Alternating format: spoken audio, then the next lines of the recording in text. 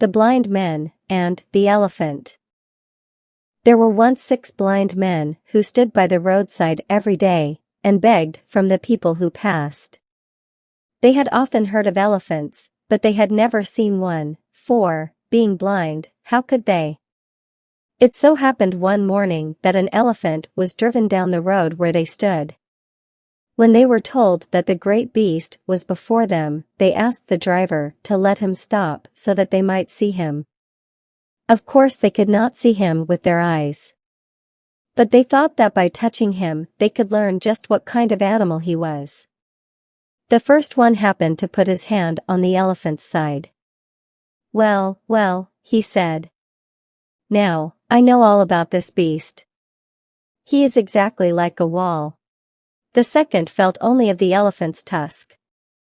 "My brother," he said, "you are mistaken. He is not at all like a wall. He is round and smooth and sharp.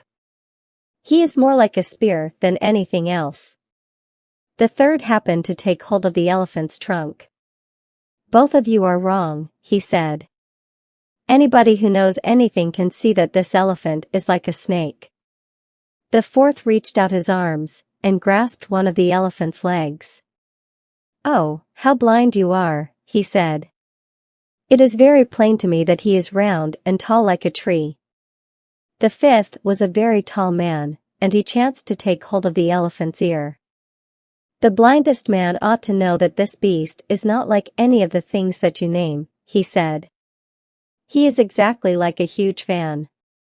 The sixth was very blind indeed, and it was some time before he could find the elephant at all. At last he seized the animal's tail. "Oh, foolish fellows," he cried.